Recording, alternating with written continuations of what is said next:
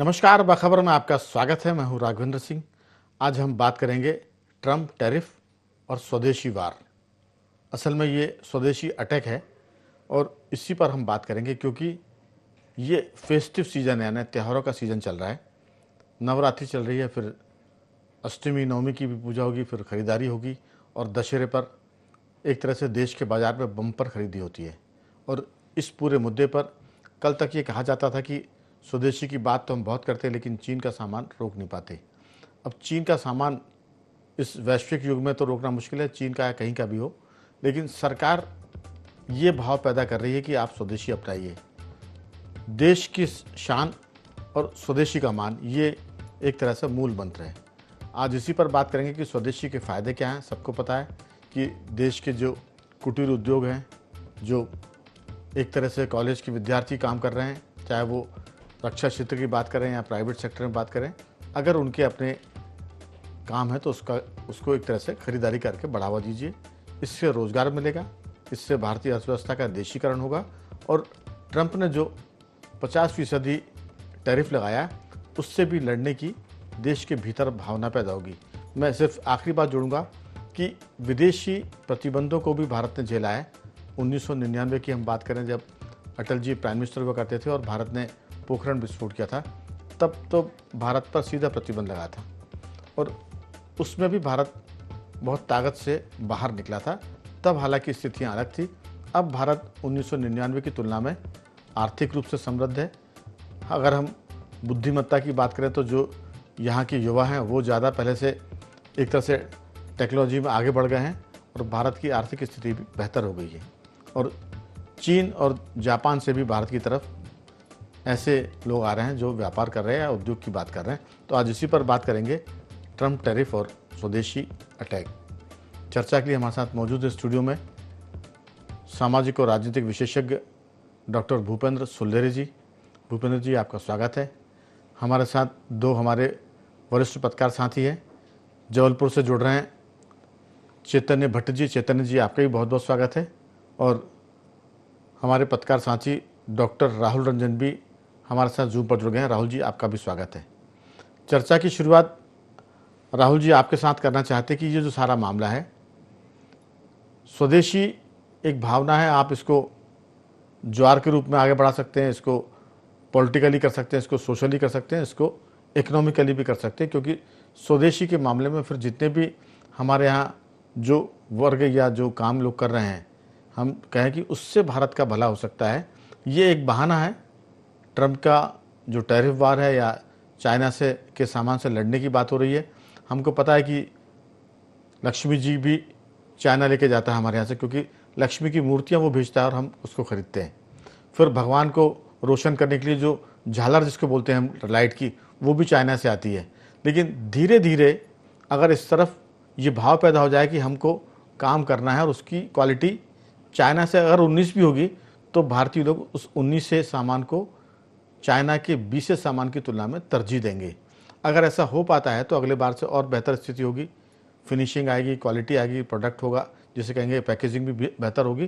तो इसी पर आपकी राय, ट्रंप ने जो कुछ किया है उसमें जो भारत के भीतर अगर स्वदेशी भावना बढ़ती है, तो मुझे लगता है कि गांधी जी ने एक बार कहा था विदेशी उत्पादों को आग लगाने की बात हुई थी, जब हम गुलामी के आंदोलन से बाहर निकल रहे थे, तब भी देश में ये सब कुछ हुआ था। लोगों ने विदेशी बहुमूल्य वस्त्रों की होली जलाई थी।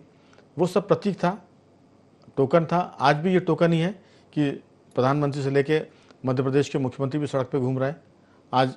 और कल मोहन यादव की बात करें तो वो भी यही नारा लेके चल रहे हैं। सागर में थे, वहाँ भी यही बात हुई है। आपकी राय, कैसे देखते हैं इन सब चीज़ों को?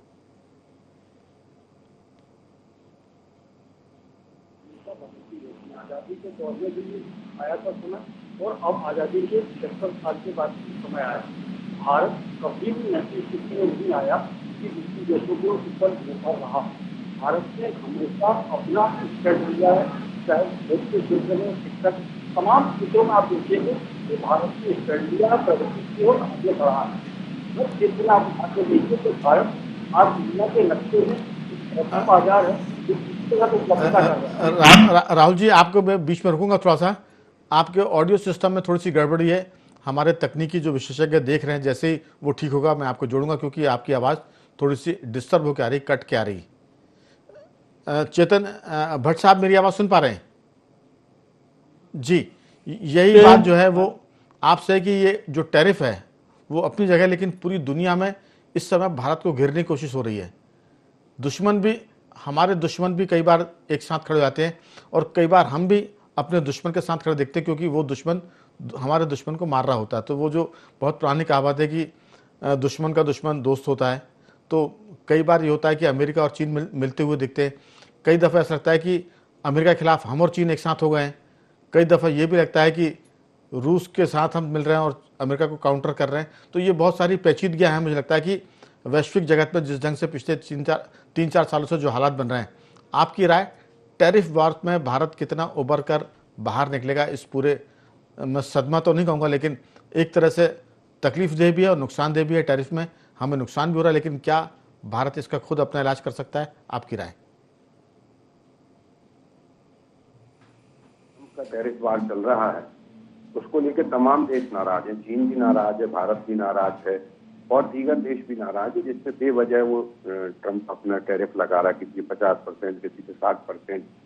तो ये तमाम लोग जो हैं ये इकट्ठे हो रहे हैं। अभी तक हमारा चीन से झगड़ा चलता था, लेकिन आज की तारीख में चीन के साथ हम गलतैयां डाले हैं, क्योंकि हमें इसका मुकाबला करना है, ट्रंप टैरिफ का मुकाबला करना है। और दूसरी बात यह है कि जो स्वदेशी आंदोलन की बात हो रही है, प्रधानमंत्री द्वारा भी बात कही जा रही है कि स्वदेशी चीजों को अपनाएं, स्वदेशी चीजों को, उत्पादन को प्रश्रय दिया जाए। तो उसके लिए सबसे जरूरी तो ये है कि बहुत लंबा वक्त हो गया, हमारी आजादी को 70-75 साल हो गए हैं, अभी तक हम विदेशों से आयात पर निर्भर हैं। अभी एक आंकड़ा आया है, उसके तहत ये बताया गया कि करीब 140 देशों से हम करीब 6000 चीजों का आयात करते हैं। ऐसा नहीं कि हम निर्यात नहीं करते, लेकिन आयात और निर्यात में काफी अंतर। दूसरी बात यह है कि जब हम स्वदेशी की बात करते हैं तो हमें 1905 की बात याद आती है, जब बाल गंगाधर तिलक ने विदेशी कपड़ों की होली जलाई थी और एक स्वदेशी आंदोलन शुरू किया था। उससे आज 125 साल हो गए, लेकिन हमारी जो स्वदेशी चीजों की उत्पादन है वो क्षमता बढ़ी नहीं। दिक्कत क्या है कि एमी सेमी जो छोटे उद्योग, कुटीर उद्योग हैं, उनको प्रोत्साहन नहीं मिला है। अभी भी जैसे देखिए कि आप बड़े उद्योगों को बुलाया जा रहा है, लेकिन ठीक है, बड़े उद्योगों को जब बुलाया जाता है तो उसके साथ बहुत से सहायक उद्योग भी लगते हैं, बहुत सी एंसिलरीज लगती हैं जो छोटी छोटी चीजें बनाते हैं, क्योंकि बड़ा उद्योग जो वो छोटी छोटी चीजों को नहीं बना सकता है। तो अगर हम कुटीर उद्योगों को प्रोत्साहन करें, जैसे एमी सेमी से तमाम लोग छोटी छोटी इकाइयां लगाए हुए हैं, लेकिन उसमें दिक्कत क्या होती है कि जो 1 करोड़ की यूनिट है या 50 लाख की यूनिट है, उसमें गवर्नमेंट से सब्सिडी मिलती है, लेकिन सब्सिडी बच्चों को मिल नहीं पा रही है। अगर जिनकी 4 बार की सब्सिडी हो गई है, उनको 2 बार की सब्सिडी मिल पा रही है, वहां पर अफसरशाही अड़ंगे लगा के पैसे मांगती है। तो उससे ये होता है कि छोटे उद्योगों धीरे धीरे अपनी उनकी कमर टूट जाती है। तो सबसे पहले तो हमें लोगों, ये ठीक है कि भावनात्मक प्रचार है, और अगर लोगों को लगता है कि भाई हमारे देश की चीज हम उपयोग करें, लेकिन आप देखिए कि तमाम चीजें, जैसे अभी आपने झालर का उल्लेख किया, भगवान गणेश की मूर्ति चीन से आ रही है, लक्ष्मी जी चीन से आ रही हैं, तमाम चीजें आज हम जिस मोबाइल से बात कर रहे हैं या डिबेट कर रहे हैं वो भी चीन का बना हुआ है। तो हमें पहले तो ये देखना पड़ेगा कि हम छोटे उद्योगों से शुरू करें, क्योंकि देखिए बड़े उद्योग एकदम से तो नहीं कर सकते आप, उसमें बहुत वक्त लगता है। छोटे उद्योगों से अगर हम जैसे झालर बनाने, लेकिन दिक्कत क्या होती है कि जो चीन से सामान आ रहा है वो बहुत सस्ता आ रहा है, और यहाँ भारत में जो उत्पादन हो रहा है वो काफी महंगा पड़ता है। तो इसलिए लोगों को ये लगता है कि चीन का सामान ले लो, 1 साल भी चल गया तो बहुत है। कहा भी जाता है कि चाइना के सामान पे कोई भरोसा नहीं है, लेकिन अगर 100 रुपए में एक झालर मिल रही हो, वो 1 साल भी जल गई, एक बार दिवाली में जल गई, अगले साल खराब भी हो गई, तो लोग सोचते ठीक है 100 रुपए में क्या जाता है।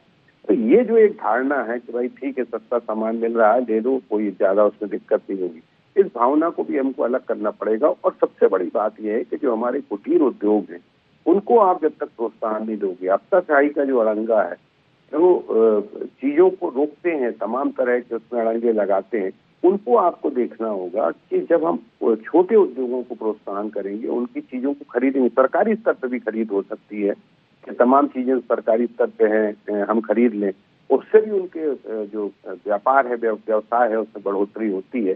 तो ये स्वदेशी का सपना देखना अच्छी बात है, लेकिन इसके लिए बहुत लंबा वक्त लगेगा और एक सतत प्रक्रिया चलेगी। धीरे धीरे धीरे धीरे चीजों को हम स्वदेशी उत्पादन में अपने साथ शामिल कर पाएंगे और उनका प्रचार कर पाएंगे, उनकी खरीदने की प्रति एक लोगों का आकर्षण बढ़ेगा। और ये एक अच्छा प्रयास है कि हम भावना का एक भावनात्मक जो अपील कर रहे हैं मुख्यमंत्री, प्रधानमंत्री और मुख्यमंत्री भी, कि हमें स्वदेशी को अपनाना चाहिए। तो कहीं ना कहीं इस बात को लोगों में भी लगता है कि हाँ भाई, अगर हम स्वदेशी चीज अपनाएंगे, लेकिन फिर वो कंपटीशन की स्थिति आती है कि आपका सामान कितना महंगा है और सामने से आ रहा जो सामान कितना सस्ता है। तो ये तमाम चीजों को जब देखना पड़ेगा और एक सतत प्रक्रिया चलानी पड़ेगी कि हम स्वदेशी चीजों को अपनाएं और स्वदेशी चीजें जो बना रहे हैं लोग, उनको हम प्रोत्साहित करें, उनको सब्सिडी दें, उनको सहायता करें। अभी आप देखें कि करोड़ों रुपया जो है वो लाडली बहना में जा रहा है, तो उसकी बजाय अगर आप छोटे उद्योगों को इसके लिए पैसा दें और उनको उनके बनाए हुए सामान को खरीदते हैं, तो वो ज्यादा बेहतर साबित होगा। और उससे धीरे धीरे धीरे धीरे धीरे, ठीक है उसमें बहुत वक्त लग सकता है, क्योंकि जो 75 साल में नहीं हो पाया वो आप सोचो कि एक दिन में हो जाएगा, या ये कोई अलादीन का चिराग तो है नहीं, या एक साल में हो जाएगा। ये एक सतत प्रक्रिया चलेगी और धीरे धीरे हो सकता है 10, 15, 20 साल बाद हम काफी इस स्तर पे पहुंच जाएं कि हम स्वदेशी चीजों को का उत्पादन भी कर सकें और स्वदेशी चीजों को अपना भी सकें। बिल्कुल। असल में भट्ट साहब, जो आपने कहा कि अफसरशाही से कहते हैं लाल फीताशाही और करप्शन, कोई भी नाम लेते हैं, बात एक ही है। जब तक सरकार इस पर नियंत्रण नहीं करेगी, नौकरशाही की नीयत पर, एक होती काम करने की नीयत, समस्या आई तो उसका समाधान नौकरशाही निकाले। एक ये है कि जो लकीर के फ़कीर है, समस्या आई, उन्होंने रोबोट की तरह उस समस्या को सुना और उसका कागज़ पर वो सब निकाल दिया जो नियम थे। अगर काम करने की नीयत होगी तो आप रास्ता निकालेंगे। और स्वदेशी आंदोलन की बात करें या हम गवर्नेंस की बात करें, उद्योग के मामले में, विकास के मामले में स्वदेशीकरण के साथ साथ गवर्नेंस का बहुत बड़ा रोल है। सारे कामों पर, सरकार की योजनाओं पर, सरकार के अरबों खरबों के फंड पर एक भ्रष्टाचार की जो बूंद होती है वो उस पूरे दूध को फाड़ देती है। नमक की नींबू की तरह होती है, या आप उसको जो भी नाम देना चाहें, लेकिन ये एक तरह से सारी पवित्रता और पूरे उद्देश्य को भंग करती है। मुझे लगता है कि मोदी से लेकर, हालांकि पुरानी बात है, मैं कई बार दोहरा चुका हूँ कि अगर मोदी जी ने कहा था कि मैं न खाऊंगा ना खाने दूंगा, ये बात अगर चल पड़े सच में, तो फिर जो स्वदेशी आंदोलन की बात हो रही है, हमारे एंटरप्रेन्योर जो कस्बे के हैं वो भी कई बार, मैं एक अंतिम बात जोड़ूंगा इसमें कि आप देखिए 5 स्टार होटल में महंगा खाना मिलता है, लेकिन स्वाद के मामले में ढाबे वाला उससे आगे निकल जाता है। तो वो छोटा हुआ ना आदमी, लेकिन स्वाद में इतना बड़ा है कि 5 स्टार भी उसके सामने फीके है। तो अगर हम कुटीर उद्योग की बात करें या बड़े उद्योग के साथ जो छोटे उद्योग जुड़ जाते हैं, इंसुलरी जो होती है, अगर उनको प्रमोट करें, जैसा आपने MSME की बात की, ये मुझे लगता है कि भारत के प्राण है। अगर इसको सिंचित कर दिया तो फिर हम पुष्पित पल्लवित हो सकते हैं। कोई टैरिफ की वार हमें पीछे नहीं धकेल सकती, कोई चाइना की पॉलिसी भारत को पीछे नहीं धकेल सकती। राहुल जी, अब लगता है कि आपका जो माइक्रोफोन सिस्टम है ठीक हो गया है। लक्ष्मी जी हमारी हैं, दिवाली हम मनाते हैं, लेकिन लक्ष्मी चली जाती है चीन। बुद्धि के दाता गणेश जी है, हम उनकी पूजा करते हैं, लेकिन बुद्धि के दाता पैसा ले जाते हैं, रिद्धि सिद्धि चीन पहुंच जाती है। तो भारतीयों को इस पर काम करने की ज़रूरत है और सरकारों को इसमें बहुत कठोरता के साथ करप्शन को कम करने की ज़रूरत है और ऐसे नेगेटिव ऑफिसर्स को हटाने की ज़रूरत है मैदान से, जो काम को करने के बजाय उलझाते हैं। असल में वो सारी अपनी योग्यता इस काम में लगाते हैं कि ये काम कैसे भी अटक जाए, उलझ जाए, सुलझने ना पाए। आपकी राय? स्वदेशी का जो वार है, सरकार की कोशिश है, बड़ी अच्छी है, लेकिन जो भट्ट साहब कह रहे हैं वो उसका मूल है कि अगर नौकरशाही और भ्रष्टाचार को हमने काबू में नहीं किया तो प्रधानमंत्री से लेकर मुख्यमंत्री तक का अभियान सिफर हो सकता है, जीरो हो सकता है। आपकी राय? असल में राघवेंद्र जी, क्या हुआ कि देश आजाद हो गया। देश आजाद होने के बाद मेड इन इंडिया जिसको हम कहते हैं ना, उस पर भरोसा कायम नहीं हो सका। जबकि मेड इन इंडिया जिसकी भट्ट साहब बात कर रहे हैं, कुटीर उद्योग या फिर छोटे छोटे उद्योग या हिंदुस्तान में जो गाँवों में या कस्बों में जो उद्योग चलते हैं वही था। मेड इन इंडिया एक्चुअली वही है। लेकिन हुआ ये कि देश आजाद होने के बाद में इस पर कभी फोकस किया नहीं गया। फोकस नहीं हुआ तो इसका नतीजा ये देश से जो सामान आया उस पर लोगों ने भरोसा कर दिया। अब देखिए क्या होता है राघवेंद्र जी कि हमारे यहाँ जो जूते चप्पल शर्ट पैंट जो चीज भी है हम ब्रांडेड देखते हैं। ब्रांडेड कहाँ है?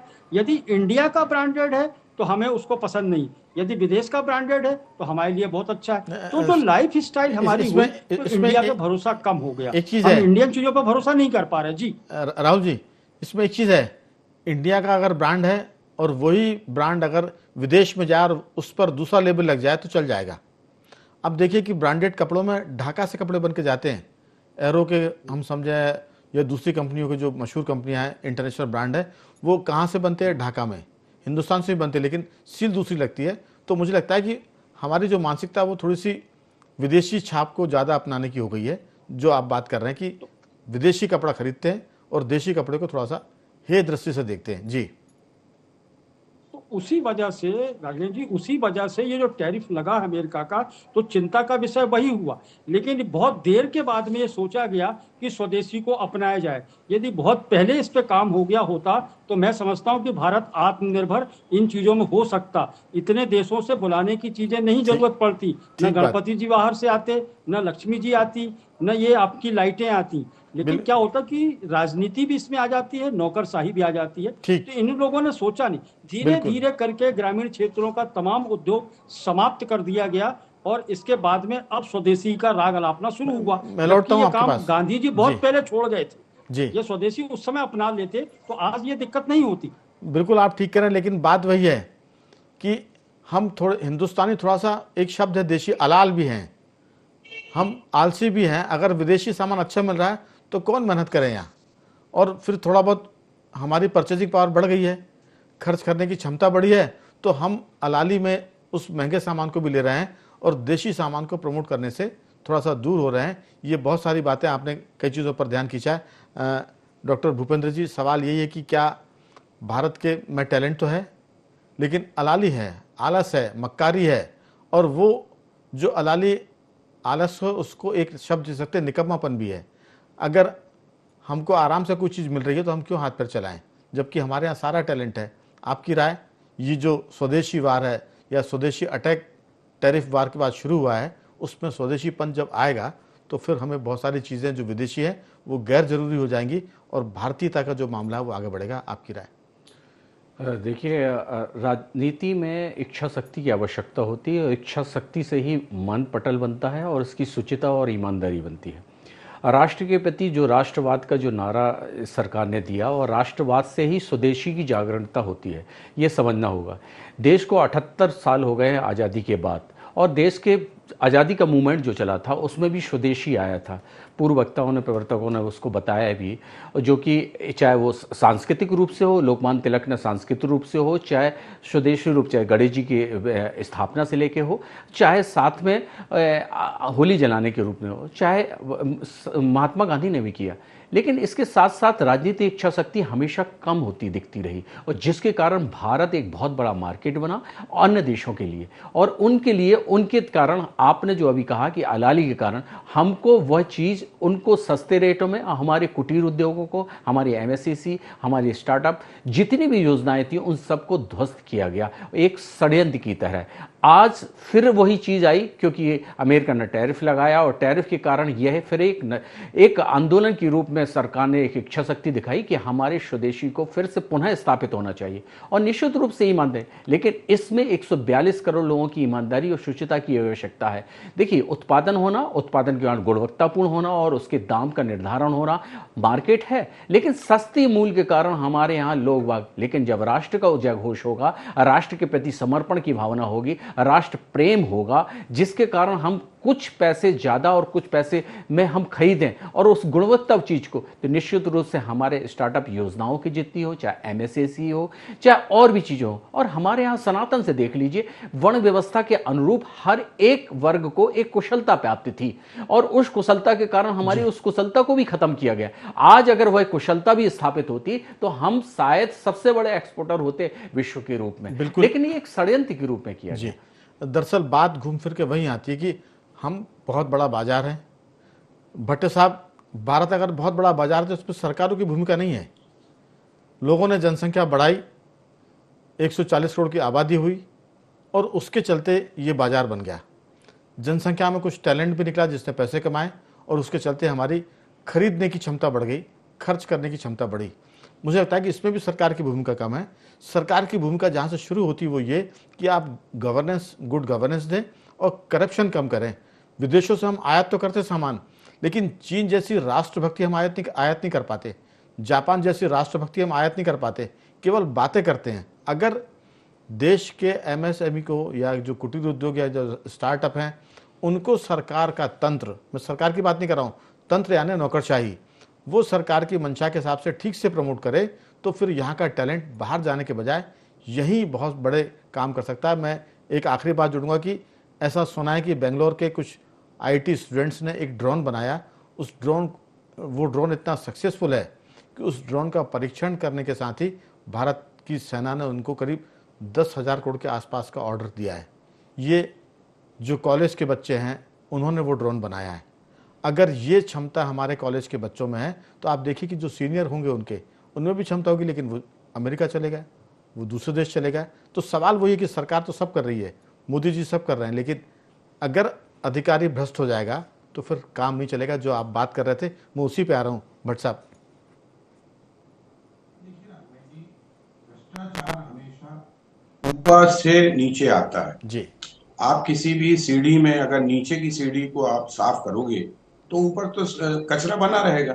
इसलिए जब तक ऊपर से भ्रष्टाचार खत्म नहीं होगा तब तक निचले स्तर पे वो भ्रष्टाचार खत्म नहीं हो सकता। जी। आप देखिए कि एक चुनाव में एक 2-2 करोड़ रुपया अगर लग रहा है किसी व्यक्ति का, पार्षद के चुनाव में अगर 25 लाख 30 लाख रुपए लग रहा है, जी। यद्यपि उनकी सीमित करा हुआ है उसको चुनाव आयोग ने कि आप इससे ज्यादा खर्च नहीं कर सकते, लेकिन वो भी आप सबको मालूम है कि एक 1.5-2 करोड़ रुपए लगता है। तो जब 2 करोड़ रुपए आदमी लगाए तो सबसे पहले वो अपना पैसा वसूल करने की कोशिश करेगा और फिर वो जो भ्रष्टाचार शुरू होगा तो वो नीचे तक आएगा। तो जब तक आप इस चीज पे रोक नहीं लगाओगे तब तक बड़ा मुश्किल है। दूसरा जो सस्ती चीज की बात आ रही है कि हम अपने स्वदेशी चीज को क्यों नहीं अपनाते हैं। आप देखिए कि आज खादी सबसे महंगी, खादी हमारे यहाँ का उत्पादन है लेकिन वो सबसे महंगा होता है, विदेशी कपड़े से भी ज्यादा महंगी खादी है। जी। तो आपको पहले तो कंपटीशन करना पड़ेगा कि भाई जो दीगर चीजें आ रही हैं, और दूसरी चीज जो आपने कही कि जो चीन सरी की जो देशभक्ति है या जापान सरी का जो काम करने का एक जज्बा है वो क्यों हम पैदा नहीं कर पा रहे, तो उसके पीछे वही कारण है। जी। लोग करते हैं कोशिश, लेकिन जब उनको इतनी निराशा मिलती है अफसरशाही के अरंगों से, राजनीतिक दलों के अरंगों से, तो फिर वो कहते हैं कि ठीक है इस देश में रहना ठीक नहीं है, विदेश चलो।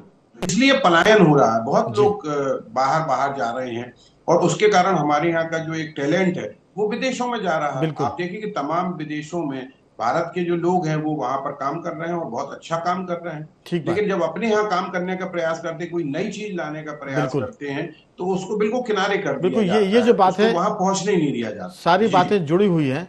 अगर करप्शन कम होगा तो टैलेंट बाहर नहीं जाएगा, करप्शन कम होगा तो एमएसएमई वाले भी ऐसा उत्पादन बनाएंगे जो विश्व को टक्कर देगा। मैंने 2 बच्चों का उदाहरण दिया है जो ड्रोन बना रहे हैं, कुछ बेंगलोर के हैं और कुछ उसमें शायद चेन्नई के हैं। तो राहुल जी, समय की कमी रहेगी दूसरे दौर की बातचीत में। पिछले दौर की बातचीत में पर्याप्त मुझे लगता था कि वक्त मिल गया और तर्क भी उसमें आ गए थे। चुनाव में जैसा भट्ट जी ने कहा कि अगर उसमें करोड़ों का खर्च आएगा, पंचायत के मामूली चुनाव होते हैं ग्राम पंचायत के, उसमें भी 25-25, 30-30 लाख रुपए खर्च हो जाते हैं। तो पंचायत से पार्लियामेंट तक का जो मामला है कि चर्चा थोड़ी सी भटक जाएगी, लेकिन ये उसका मूल है। अगर चुनाव में बेहिसाब कालाधन खर्च हो रहा है तो फिर उससे जीतने वाला आदमी भ्रष्टाचार करेगा ही, और जब भ्रष्टाचार होगा तो फिर स्वदेशी का नारा लगा दें आप, कोई फर्क नहीं पड़ने वाला, क्योंकि जो स्वदेशी पे काम कर रहे हैं वो बेचारे भ्रष्टाचार की भेंट चढ़ जाते हैं, क्योंकि अधिकारी उनको रोक देता है, नेता उनको रोक देते हैं, वो कहाँ जाए, फिर वो विदेश चला जाता है। लेकिन इस बहाने हो सकता है कि यहाँ सुधारा जाए।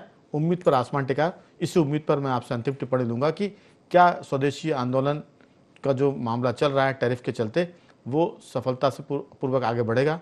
बहुत 2-4 वाक्यों में टिप्पणी। देखिए राघवन जी, सिर्फ इस मौके पे एक बात मध्य प्रदेश के संदर्भ में कहूंगा। मध्य प्रदेश में रेशम उद्योग जो कुटीर उद्योग के रूप में था बहुत अच्छा चल रहा था और बहुत अच्छी आमदनी हो रही थी।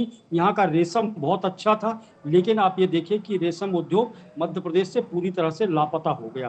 कोसा पूरा लापता हो गया, जबकि इसकी विदेशों में मांग थी, सब कुछ अच्छा हो रहा। तो सरकार को इस ओर भी ध्यान देना चाहिए कि जी। जिस तरह की जलवायु मध्य प्रदेश की है, उस तरह की योजनाओं को तो आगे लेके आए। आपको भी ठीक। याद होगा रेशम बिल्कुल। के कितने बगीचे या रेशम उद्योग कितना बड़ा हो चुका था, लेकिन समाप्त हो गया। तो सरकार को वापस लौटना होगा उसी जमीन पे जिस जमीन से ये उद्योग खड़े होते हैं और जहां से हमको रोजगार भी मिलता बिल्कुल। है, जहां से आमदनी भी होती है, और बिल्कुल। विदेशी मार्केट भी इनका बहुत बड़ा है। लेकिन आप वो जब खादी लौटेंगे, की बात की, देखिए राहुल जी, एक बात और कहूं जी, जी, एक बात जल्दी और से। कहूंगा कि देखिए, हमें स्वदेशी कब याद आता है? जब गांधी जी का जन्मदिन आता, तब हमको खादी याद आती है।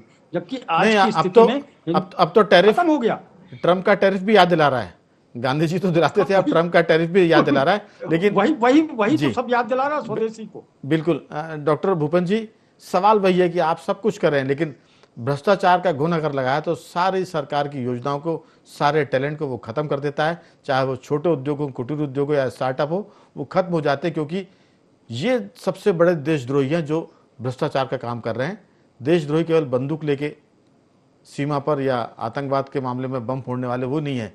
ये भी मुझे लगता है कि करप्शन को भी देशद्रोह की श्रेणी में लाने की जरूरत है, क्योंकि ये एक खतरनाक काम है जो काबू में नहीं आ रहा है। आपकी 2-3 वाक्यों में छोटी सी टिप्पणी। देखिए, निश्चित रूप से करप्शन की बात है। करप्शन बहुत मापदंडों में किया जा सकता है। आर्थिक करप्शन तो है ही, साथ साथ जो मानसिक सारे जो राष्ट्र के विरोध में जो करप्शन है वो भी है। मुख्य रूप से बात यह है कि राजनेताओं की जो सोच है, जो उनका जीवन पारदर्शितापूर्ण होना चाहिए, वो लोग खुद इच्छा शक्ति नहीं दिखाते। अपने जीवन में शुचिता, अपने विद्यार्थी, अपने परिवार के लोगों को पढ़ाने के लिए बाहर भेजते हैं, अपने रहन सहन की वस्तुओं दूसरी चीज का उपयोग करते हैं। इन सब चीजों में जब तक ये पारदर्शिता नहीं आएगी तो राष्ट्रीयता का जो बोध नहीं होगा लोगों को, और जिसके कारण स्वदेशी जो आंदोलन वो सफल नहीं हो पाएगा, और जिसके कारण जो विकसित भारत है और समर्थ भारत है वो इसकी कल्पना थोड़ी सी कुल मिलाकर कह सकते कि ट्रम्प का टैरिफ एक मौका है। जैसा मोदी कहते हैं कि हम अवसर तलाश कर लेते हैं आपदा में, तो इस आपदा में अगर अवसर तलाश दिया, करप्शन को कम कर दिया